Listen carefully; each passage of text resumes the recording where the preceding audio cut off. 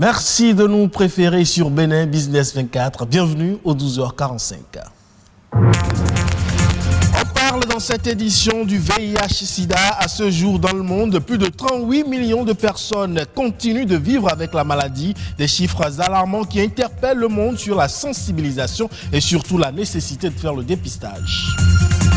Et puis sachez qu'inhaler de la fumée est nuisible pour la santé. Cela augmente la pression artérielle et peut même être cause de maladies cardiovasculaires.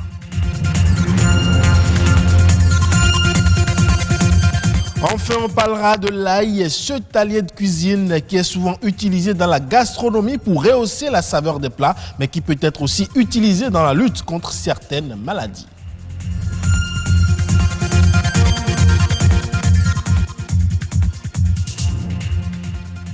Bienvenue donc si vous nous rejoignez. Je le disais dans les titres, en 2019, le monde comptait 38 millions de personnes vivant avec le VIH-Sida, dont 1,8 million d'enfants. Malgré les efforts engagés dans la lutte contre la pandémie, elle reste à ce jour l'une des maladies les plus destructrices de l'humanité. Raison pour laquelle il est aujourd'hui plus que jamais impérieux de miser sur une approche communautaire basée sur la prévention, le dépistage et le traitement. C'est ce que nous dit ce reportage signé Alphonse Badé et Évrard Anani.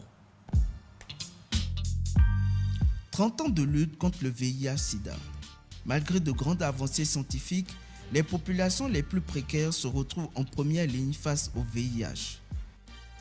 Au Bénin, en fin 2018, 113 000 personnes vivent encore avec le VIH. Pour lutter efficacement contre cette maladie qui a la peau dure, le dépistage précoce serait la meilleure solution. Se dépister au VIH, c'est connaître sa santé, mais c'est parce que le mythe qui est mis derrière le VIH, c'est ça qui fait qu'on n'arrive pas à aller se dépister. Qu'en diront-on? Qu'est-ce que l'environnement va dire si je suis positif? Voilà. Or, la science a aujourd'hui évolué. Les jeunes, c'est pas facile de se dépister, surtout c'est quand ils tombent malades, quand sur le lit de malade, quand on découvre qu'ils sont positifs, ou bien c'est les parents qui sont dépistés positifs et on cherche à aller dans la famille pour voir est-ce que son enfant est dépisté, et ainsi de suite. Je lance un appel à ceux-là aujourd'hui qui ne connaissent pas encore leur statut, qui ne savent pas encore s'ils sont infectés ou non par le VIH, de bien vouloir faire leur test. Les organisations communautaires se lancent dans la lutte en accompagnant toutes les initiatives du gouvernement. Elles apportent des services importants et contribuent à la riposte de cette maladie. Mais peut-on guérir du VIH-Sida? Comment se fait la prise en charge au Bénin? Depuis 2005, nous avons eu à traiter, à mettre sous traitement plus de 1000 patients. Il y a certains qui sont décédés, il y a certains qui ont été transférés sur d'autres sites. Il y a certains qui ont été perdus de vue, mais ceux qui viennent aujourd'hui régulièrement sont au nombre de 700, dont 100 enfants infectés. On peut traiter l'infection à VIH et rendre la personne indétectable vis-à-vis de sa charge virale. Donc, la personne ne pourra plus transmettre le virus de l'infection à VIH. Dans les années 80, le malade du sida peut prendre jusqu'à 24 comprimés par jour. Aujourd'hui, ce traitement contraignant est plus simplifié. Jusqu'à 24 par jour, 12 matins, 12 le soir. Maintenant, il y a eu une évolution. Les gens prennent un matin, un le soir. Et un par jour. Les médicaments prescrits à ces patients, c'est les antirétroviraux. Non seulement le nombre est important, les effets secondaires aussi étaient très importants. Les traitements sont simplifiés aujourd'hui. C'est passé de 12 comprimés entre-temps à un seul comprimé aujourd'hui. Il y a des patients qui ne prennent qu'un seul comprimé aujourd'hui. Non seulement que c'est simplifié, mais aussi il y a la tolérance qui est nettement améliorée. La Journée mondiale de lutte contre le sida est une plateforme essentielle pour souligner l'importance du rôle joué par les organisations communautaires, alors qu'on assiste à un recul des financements et à un confinement de la société civile. Parlons à présent de l'inhalation de la fumée. Vous le savez, sans aucun doute, elle cause assez de désagréments à la santé humaine, affecte le cœur et augmente la pression artérielle. Et celui qui s'expose à la fumée s'expose également à des maladies cardiovasculaires. C'est ce que nous dit ce cardiologue dans cette interview. Les fumées, effectivement, sont à l'origine d'un risque important pour la santé en général et la santé cardiovasculaire en particulier. Dans les fumées que vous voyez dans votre environnement, aussi bien à la cuisine que pendant les feux de brousse ou dans la circulation du fait des gaz d'échappement ou la fumée de cigarette, les risques sont importants parce qu'à l'intérieur de ces fumées, il y a des substances nocives pour la santé, notamment pour les poumons, pour le système cardiovasculaire. Qu'est-ce qui va se passer au niveau des poumons? C'est que ces fumées-là vont envahir les bronches et créer de l'irritation et de l'obstruction dans les bronches, ce qui va gêner de façon considérable la respiration. Et à terme, avec le mauvais fonctionnement des poumons, le cœur va aussi mal fonctionner. Deuxièmement, les fumées vont entraîner directement au niveau du cœur et des vaisseaux, notamment des artères, un système d'obstruction aussi. Et l'obstruction des artères va entraîner un très mauvais fonctionnement de beaucoup d'organes, notamment du cœur lui-même. Et on peut avoir une grande crise cardiaque à cause des effets de la cigarette et des fumées diverses. Il faut tout faire pour ne pas s'exposer aux fumées. Et si on veut parler de la cigarette, c'est ne jamais fumer une cigarette, pas une seule. Et ne pas être à côté de quelqu'un qui fume. Et si on a la malchance d'avoir commencé à fumer, il faut arrêter. Pour arrêter, il faut de la volonté et il faut l'aide des agents de santé. Pour d'autres fumées, si on prend la fumée liée au transport de la ville, il faut déjà que chacun se préoccupe d'avoir un véhicule qui n'est pas un véhicule pollueur, que ce soit une moto ou une voiture ou autre chose. Et pour ça, il faut respecter les règles éditées par l'État. Et parmi les aliments présentant un effet cardioprotecteur spécifique, eh bien l'ail est très souvent cité.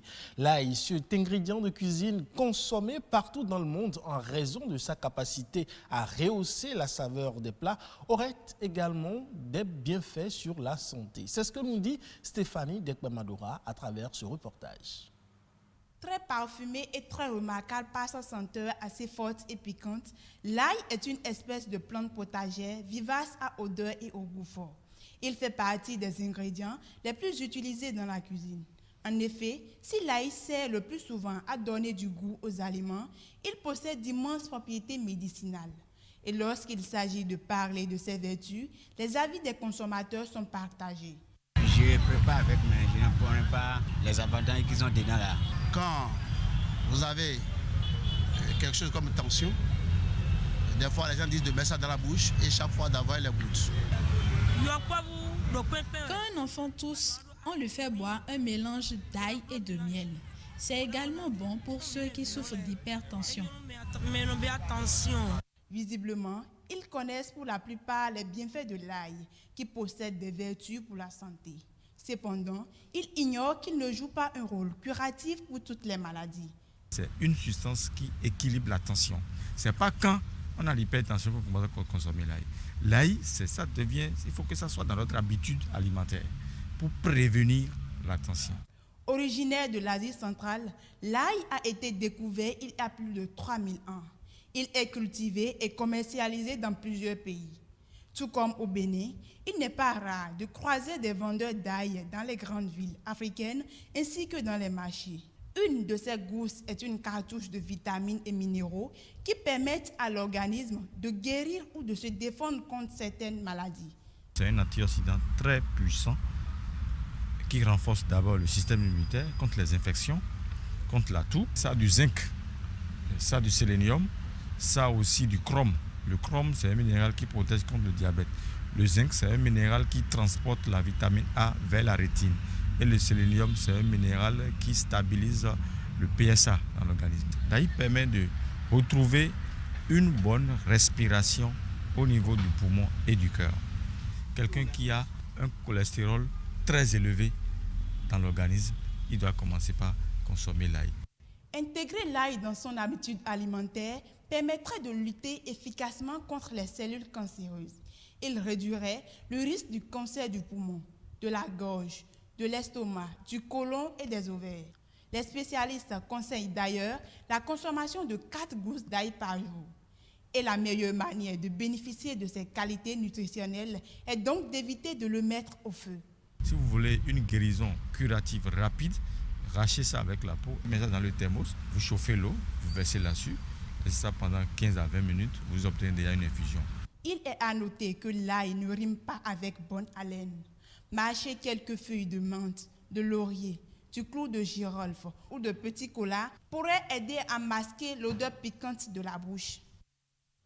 Merci à vous Stéphanie. À présent, en nouvelle brève, le Cameroun prévoit dépenser 2,2 milliards de francs CFA par mois pour doter certaines régions du septentrion de 20 mégawatts d'électricité. L'ambition est de réduire les délestages qui font rage dans les régions du nord et de l'extrême nord depuis 2 mois du fait de la faible pluviométrie qui a réduit à 48% le taux de remplissage du barrage de l'Adjo, la principale infrastructure permettant d'alimenter cette partie du Cameroun en énergie électrique. La production de ces 20 mégawatts requiert une enveloppe de 80 millions de francs CFA par jour pour le carburant, soit 2,2 milliards de francs CFA par mois. Direction la République démocratique du Congo où la fin de la 11e épidémie d'Ebola dans l'histoire de ce pays a été déclarée. C'est malheureusement dans ce pays marqué par la concomitance des urgences sanitaires et le recours au vaccin, de nombreuses personnes, de nombreux orphelins sont laissés sur le carreau. Reportage de Clément Bonero et Juliette Dubois de France 24. Jouer et passer du temps avec d'autres enfants, des moments d'insouciance dont Lucie peut enfin profiter. Mais ses blessures sont encore vives. Il y a 1 an et demi, ses 2 parents décèdent, emportés par l'épidémie d'Ebola qui ravage l'est du pays. Quand maman est tombée malade, elle a été acheminée au centre de traitement Ebola et elle y est morte. Ensuite, papa y est allé aussi. Et il est mort à son tour. Tous 2 ont été enterrés et nous n'avons pas pu participer aux obsèques. Comme beaucoup d'orphelins, Lucie a été recueillie par des membres de sa famille. Son frère et sa femme sont venus exprès de Bunia, dans la province voisine de l'Ituri, pour s'occuper d'elle et de ses 7 sœurs. Les prendre en charge sans emploi, ça a été difficile. On a dû abandonner notre métier en quittant Bunia. Mais maintenant, je les considère toutes comme mes enfants. En plus de trouver une famille d'accueil, la difficulté pour les orphelins d'Ebola est de retrouver des perspectives d'avenir, car beaucoup ont dû arrêter les études faute de moyens. Des centres de formation comme celui-ci leur viennent en aide. Au milieu d'autres adolescentes, Lucie étudie la couture, une formation de 6 mois qui pourra lui permettre de subvenir à ses besoins. J'aime la couture car on peut gagner suffisamment d'argent pour en vivre. Et je sais qu'à la fin de la formation, ça me sera utile pour toute la vie.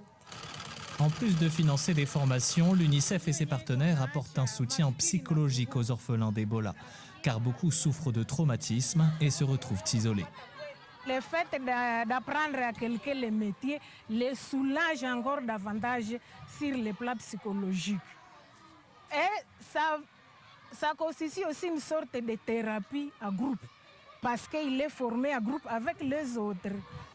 Après sa formation, Lucie espère pouvoir ouvrir son propre atelier et de fil en aiguille, trouver le chemin de l'indépendance. Et ce sera tout pour ce 12h45 que vous pouvez retrouver sur le site de l'ORTB, www.ortb.bj. Portez-vous bien et à la prochaine.